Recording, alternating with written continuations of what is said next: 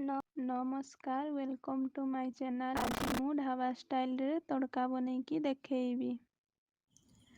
आजिर एही तड़का बनैबा पाई एठी मु गोटे कप तड़का डाली को 6 ରୁ 7 घंटा भिजेइकी रखिछि। आपण माने चाहिए एहाकु राति सारा भी बतरेइकी रखि पारिबे। आउ तड़का डालीर परिमाण आपण कम बेसी भी करि पारिबे। एही डाली आपणଙ୍କୁ मार्केट रे अति सहजरे मिली जिवो। जे कोनोसी ग्रोसरी स्टोर रे मध्य या मिली जिवो आपणଙ୍କୁ। एबे कौन करिबा नवा गोटे प्रेशर कुकर आउ सेथिरे आमे देई देबा भिजेई रखिथिबा तड़का डाली को। तो डाली को मु एथिरे पुणी थरे धोईकी नेइछि। तो एबे कौन करिबा एथिरे देई देबा पानी।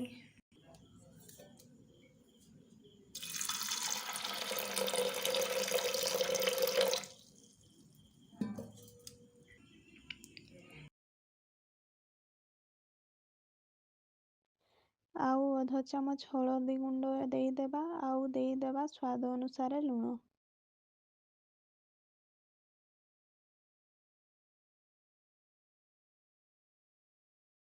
एथिरे फ्लेवर आनिबा पाई आमे देई देबा गोटा मसला गोटिए अळैच गोटे डालचीनी खंड बास एतिकी देई देबा आउ तापरे एहाकु गैस उपरे बसाइबा मीडियम फ्लेम रे 3टी हुइसिल आसीबा पर्यंत एहाकु आमे सिझाई नेबा। 3टी हुइसिल मारिला परे गैस को बंद करि नेबा। एहा परे कुकर को ठंडा हवा पाई दबा। ठंडा हैला परे कुकर को खोली नेबा। एठी देखंतु डाली हमर केमिति सिझिछि।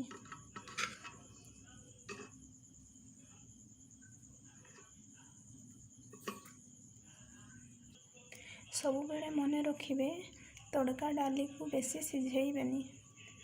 गोटा गोटा होइकी थिबो मात्र भलो भावरे सिझिथिबो। मसला रे मु पियाज टमाटो रसुण लंका और अदा को छोट छोट काटिकी नेइछि। गैस उपरे मु गोटे करेई बसैछि। करेई गरम हैला परे 2 बड़ चामच तेल देबा।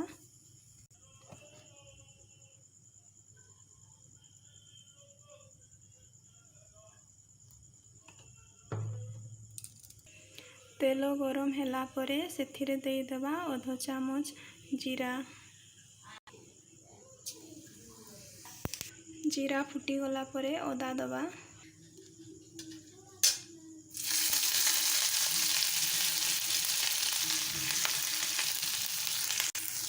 रसुण दबा।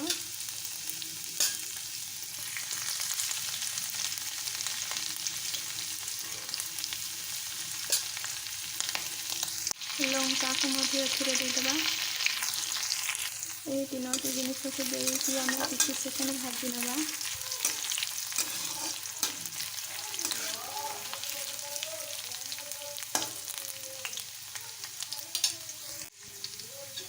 एहा परे आमे कटा पियाज को दबा।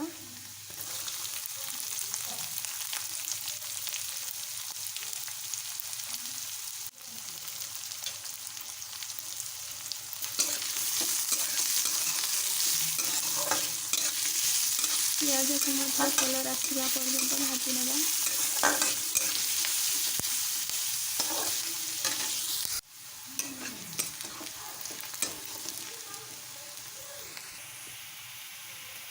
पियाज टिके कलर हैला परे एठी आमे देई देबा काटी रखिथिबा टमाटो को।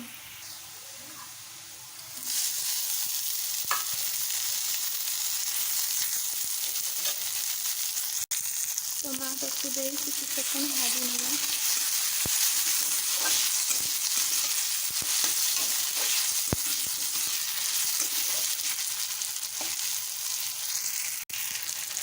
तापरे टमाटो जल्दी सॉफ्ट हवा पाई एठी आमे व्यवहार करबा लूण।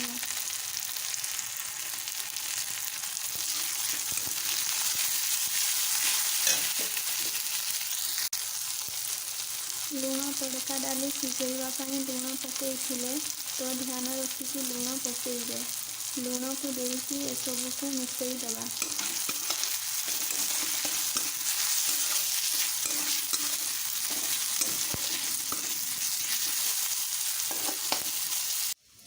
ଏଥିରେ କିଛି ଗୁଣ୍ଡ ମସଲା ଦେବା। ଗୁଣ୍ଡ ମସଲାରେ ମୁଁ ଏଠି କିଛି ରଖିଛି। ଗୋଟିଏ ବଡ଼ ଚାମଚ ଲଙ୍କା ଗୁଣ୍ଡ, ଅଧ ଚାମଚ ହଳଦୀ ଗୁଣ୍ଡ, ଗୋଟିଏ ବଡ଼ ଚାମଚ ଜିରା ଗୁଣ୍ଡ। ଏହାକୁ ଏଥିରେ ଦେବା।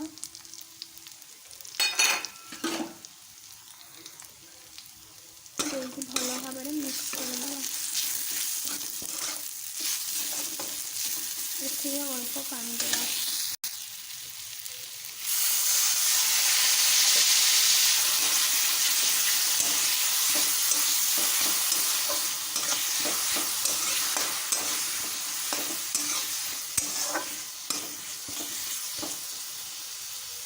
ଏହାପରେ ଆମେ ସିଝାଇ ରଖିଥିବା ତଡ଼କାକୁ ଏଥିରେ ଦେବା।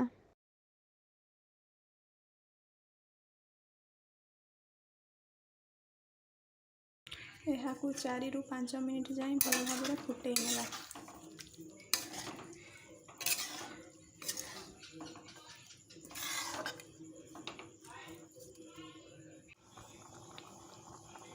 ଏହାପରେ ଅଧ ଚାମଚ ତଡ଼କା ମସଲା ଏଥିରେ ଦେବା।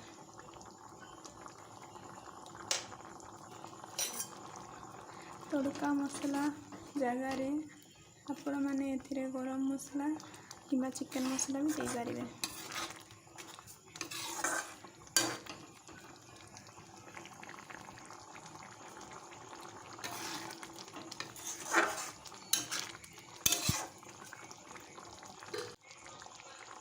ଏଇଠି ଆମର ରେଡ଼ି ହୋଇଯାଇଛି ଢାବା ଷ୍ଟାଇଲ୍ର ତଡ଼କା।